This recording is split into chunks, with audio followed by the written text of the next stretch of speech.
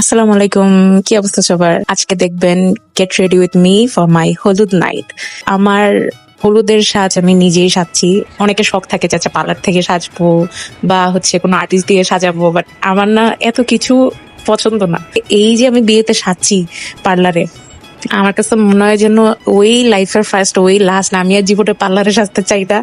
এতগুলা লেয়ার দেয়, এত ধৈর্য ধরে বসে থাকো, এত কিছু করা আমার পক্ষে পসিবল না। আচ্ছা যাই হোক।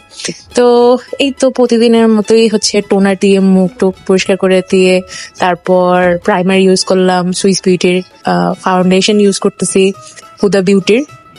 সো সবকিছু অনেক তাড়াতাড়ির মধ্যে আমার করতে হয়েছে। অ্যাজ অন্যদিকে হচ্ছে আমার ভাইয়ারা ডেকোরেশনের কাজ করতেছে, এদিক দিয়ে হচ্ছে আমি টুকটাক করে সেজে নিতেছি। সবসময় আপনি যেটাতে কমফোর্টেবল ফিল করেন ওভাবে চলবেন। মানে কাউকে খুশি করার জন্য, কাউকে দেখানোর জন্য আমাকে এটা একটু বাড়তি করার লাগবে এমন করলে না, মানে নিজেরই দেখবেন সারাদিনই অস্বস্তি লাগতেছে।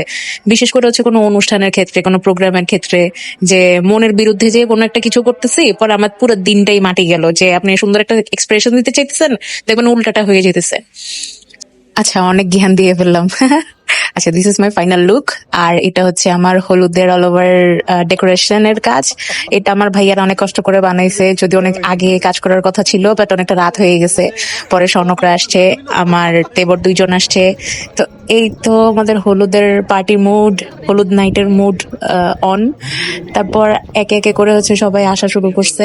হলুদের একটা ভিডিও হবে বাই দ্য ওয়ে, ওইটাতে দেখা হবে। আল্লাহ হাফেজ।